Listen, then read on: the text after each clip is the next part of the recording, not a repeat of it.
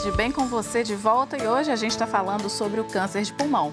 Mande a sua pergunta para a gente, assim como a Solange lá do Rio mandou. O nosso WhatsApp é o 31 99642 8473. Solange, vou ler sua pergunta agora, só abre aqui o celular. A Solange fala do Rio de Janeiro, ela tem 63 anos e disse que fumou durante 30 anos, parou a 8 e não fez nenhum raio-x depois disso, nem na época que ela era fumante. O que vocês dão de dica, orientação para Solange? Na verdade, o exame que ela deve fazer não é o raio-x, tá? Uhum. Ela corresponde a uma paciente de alto risco, ela deveria procurar um serviço que tenha uma equipe multidisciplinar. O Rio tem bons serviços, principalmente na capital, né? Em que ela vai ser avaliada inicialmente por um pneumologista, que provavelmente vai colocá-la nesse programa de rastreamento e de prevenção mesmo, né? Tentando um diagnóstico precoce, que seria fazer uma tomografia de baixa dose. E, de um modo geral, como que funcionam essas equipes multidisciplinares? O desenho delas é o que acontece aqui no nosso serviço do Madre Teresa. Todo paciente que chega, potencial paciente de risco, ele é discutido em equipe, onde o pneumologista normalmente expõe o caso e logo em seguida todos os outros profissionais, o fisioterapeuta, o patologista, o radiologista, o cirurgião torácico e o próprio oncologista vão tentar desenhar qual o melhor caminho desse paciente dentro da instituição, né? Então, é fundamental essa equipe multidisciplinar e tem estudos que mostram que essa abordagem dessas várias equipes melhora não só o desfecho, né, como que o paciente vai evoluir, né, como tem menos complicações, mais chance de êxito, melhores taxas de resposta. Eu falo que não é qualquer cirurgião torácico que pode operar um câncer de pulmão. Da mesma forma que a oncologia, principalmente na parte da pneumologia, dos cânceres de pulmão, mudou muito nos últimos anos. Então, eu acho que a pessoa tem que tentar direcionar, se especializar para tentar ofertar o melhor para o paciente. Sim, e nós estamos acompanhando aí agora o caso da apresentadora Ana Maria Braga, que está com um tipo de câncer de pulmão. Sim. Gostaria da ajuda de vocês, então, para falar a respeito disso. Uma paciente como ela já apresentou outras 2 vezes, né? E dessa vez, como que é o cenário, o quadro? Eu acho que a gente deve aproveitar essa informação. A gente não vai, logicamente, conseguir definir detalhes do quadro clínico dela, que os colegas que estão acompanhando, que são excelentes oncologistas, que vão fazer. Mas algumas informações são importantes para levantar a bola e a gente poder dar informação, né? Porque a informação é a melhor arma que a gente tem para tratar qualquer doença. E o Sim. Câncer de pulmão não deixa de ser diferente, não vai ser diferente, Sim, né? Com certeza. Então, pelo relato dela própria, ela já teve um câncer de pulmão em 2015. Eram 2 nódulos, um foi tratado com cirurgia, outro com uma técnica chamada SBRT, que é uma radioterapia exclusiva, específica do nódulo. E agora ela voltou a ter outra lesão, um novo câncer de pulmão, e está sendo tratado como uma doença mais avançada. Então, pegando o que o Alexander falou no bloco anterior, o câncer de pulmão ele é dividido em vários estágios, né? Várias graduações. 1, 2, 3 e 4, sendo 1 o estágio mais inicial e 4 o estágio mais avançado, né? É lógico que quanto mais inicial, maior a probabilidade da gente conseguir curar esse paciente. Mas tão importante quanto isso é a gente saber que para cada estágio da doença tem um tratamento específico. Uhum. Se eu opero um paciente que está no estágio 4, não é o melhor tratamento para ele. Da mesma forma que se o Alexander vai fazer uma imunoterapia, né, que é muito falado em tudo que é revista e tal, que é o tratamento mais moderno, se ele faz uma imunoterapia numa lesão de estágio inicial, não é o melhor tratamento para esse paciente. Então, o estadiamento adequado é que vai definir o melhor tratamento. Uhum. E isso é feito um estadiamento clínico através de exames de imagem, como o Alex falou do PET-TC, que é um tipo específico de exame que vai tentar detectar onde está o tumor, só no pulmão, nos gânglios chamados linfonodos ou fora do pulmão. Aí depois esse paciente ele pode ser necessário passar para um estadiamento mais invasivo, que aí é o papel do cirurgião torácico, onde a gente, dependendo de como se apresenta esse câncer, precisa fazer uma avaliação dos linfonodos, dos gânglios.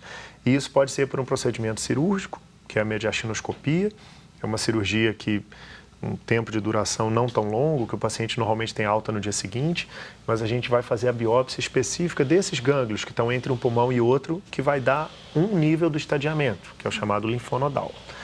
Essa mesma biópsia pode ser feita de uma forma menos invasiva, também um exame semelhante à broncoscopia, que nós chamamos de EBUS, onde esse aparelho entra na via aérea e a agulha atravessa ali o pulmão para poder fazer a biópsia dos gânglios. Então, é um procedimento menos invasivo que a mediastinoscopia. E aí, a gente volta com esse paciente para a reunião multidisciplinar, agora com o chamado estadiamento clínico bem feito, e a gente vai avaliar, olha, a doença dele deve ser tratada como? Com cirurgia ou quimioterapia? Aí a gente depois vê, o paciente deve ser tratado como? Porque muitas vezes está indicado a cirurgia, mas o paciente não tem condição clínica de ser submetido à cirurgia. O pneumologista fala para mim, olha, se ressecar a parte do pulmão que você está indicando, esse paciente vai ter uma qualidade de vida ruim no pós-operatório. Então, tudo isso é avaliado para quando o paciente chega na indicação do tratamento, a gente ter a certeza e o paciente ter a segurança de que está sendo indicado para ele o melhor tratamento possível para o quadro dele. Sim. Então, nas doenças iniciais, normalmente o tratamento é cirúrgico. E hoje em dia, o tratamento cirúrgico, a gente fala de cirurgia minimamente invasiva. Então, toda cirurgia é uma agressão ao paciente. E ele já é um paciente com a saúde debilitada, já que ele tem um câncer de pulmão. Então, quanto menos agressiva for a cirurgia, melhor a recuperação desse paciente. E, falando em minimamente invasiva, a gente tem a cirurgia chamada por videocirurgia, onde a gente faz incisões pequenas, coloca uma câmera lá dentro e vai por instrumentos específicos operando o paciente olhando no vídeo. E o que a gente tem de mais moderno, que a gente oferece aos nossos pacientes, é a cirurgia robótica, que, diferente do que muitos pensam, não é um robô que vai operar o paciente e o resultado vai ser perfeito. Na verdade, o robô é um instrumento onde nós, cirurgiões torácicos, vamos lá na sala cirúrgica, no console que fica ao lado do paciente, e a vantagem dessa cirurgia robótica é que ela me permite movimentos mais delicados e mais precisos, uma visão muito melhor, né? Parece que a gente literalmente está dentro do paciente. Essa é a impressão quando eu estou operando a cirurgia robótica. E isso nos dá uma segurança de detalhamento que facilita a realização da cirurgia e tentando, com isso, diminuir a agressão ao paciente e melhorar o resultado. E só para as pessoas compreenderem, porque nós falamos de duas coisas distintas, que o próprio... Uma é o estágio da doença, Sim. outra é o tipo, né? Sim. E voltando a essa questão da Ana Maria Braga, que eu acho que serve de exemplo para a gente compreender bem, ela teve tipos diferentes em estágios diferentes? Isso. Talvez eu consiga complementar melhor esse contexto. Nos tratamentos anteriores, ela tinha uma cirurgia com a intenção curativa, né, que a doença estava mais localizada. Sim. Agora ela está numa fase que existem vários nódulos no pulmão.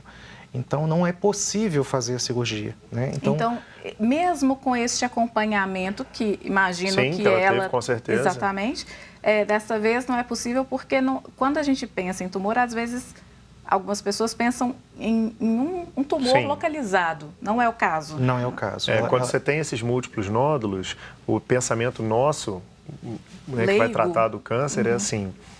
Se ele tem vários nódulos, provavelmente tem várias células desse tumor circulando pelo organismo e esses nódulos apareceram. Então, não é uma doença mais localizada. Ela precisa ser tratada de uma forma sistêmica e aí é o campo do Alexandre. E na verdade, ela manteve o tabagismo esse período todo, ela teve uma dificuldade muito grande de cessação do tabagismo, né? A gente fala hoje que, independente do paciente ter câncer ou não, você cessar o tabagismo faz parte do ponto de vista de uma boa evolução do tratamento que tem por vir, né? E nesse contexto dela, ela agora, os dados mais detalhados do que ela tem uma doença mais avançada, que não é possível fazer cirurgia, que são vários nódulos no pulmão. O tipo dela chama adenocarcinoma, que representa mais ou menos 50% dos casos de câncer de pulmão. E que hoje, independente de você estar no Brasil, você está nos Estados Unidos, você está no melhor serviço de Belo Horizonte, o melhor serviço de São Paulo, do Rio, o melhor serviço da Europa, o tratamento é uniforme. Ele é baseado em protocolos, né? Você faz esse painel genético, né? Existem vários tipos de painéis genéticos, alguns são obrigatórios, né? Outros que são mais específicos, avaliam uma quantidade maior de genes, não fazem parte da rotina, mas hoje a gente, inclusive no Brasil, a gente consegue ter acesso a esses painéis, né? Vai depender um pouco da velocidade que a gente tem, precisa dessa resposta, né? Algumas vezes a gente, para tentar minimizar esse tempo, né, que a gente precisa, o paciente está mais grave, a gente muitas vezes faz um painel menor para tentar chegar a uma conclusão daqueles possíveis tumores mais comuns, né? E se a gente eventualmente não tem esse tempo, a gente algumas vezes começa um tratamento e ao longo desse período que a gente vai fazendo o tratamento, se chegar algum resultado que é favorável ao paciente, a gente faz o ajuste em relação a isso. Existem basicamente dois painéis hoje, um que a gente manda para São Paulo com um retorno em torno de uma semana, né, com esses testes mais comuns, né, que a gente fala que são básicos, seria uma iatrogenia a gente deixar de fazer isso. Existem testes que demoram em torno de um mês, que a gente manda para Boston, dos Estados Unidos, que é um painel mais amplo e que nos permite, muitas vezes, ter acesso a tumores muito raros, né? Esse adenocarcinoma, a gente brinca, como se fosse uma pizza. Antes a gente dividia uma pizza em 3 pedaços. Hoje a gente divide essa pizza em vários pedaços. Ou seja, o câncer de pulmão de um paciente, adenocarcinoma, pode ser completamente diferente de um tumor adenocarcinoma de um outro paciente. Algum deles pode precisar de um medicamento oral, algum deles pode precisar de uma imunoterapia, algum deles pode precisar de uma coisa chamada combo, que é uma associação da químio com a imunoterapia. Sim. As taxas de resposta, as respostas a longo prazo, o tempo de sobrevida variam completamente de um do outro. Isso é muito legal porque no consultório chega o paciente assim: ah, doutor, mas é porque eu conheço o fulano que teve câncer de pulmão, igual eu tenho, o tratamento dele foi de tal forma e ele está ótimo, ou foi de tal forma e ele está muito ruim. Calma, a doença e o tratamento são individualizados. Hoje, cada vez mais, para a gente saber o que oferecer para você e ter o melhor resultado. Tá certo. A gente vai ter que fazer mais uma pausa. Ótimo. É a última, eu prometo. A gente vai para o intervalo, o último intervalo do De Bem com Você, e daqui a pouquinho a gente está de volta.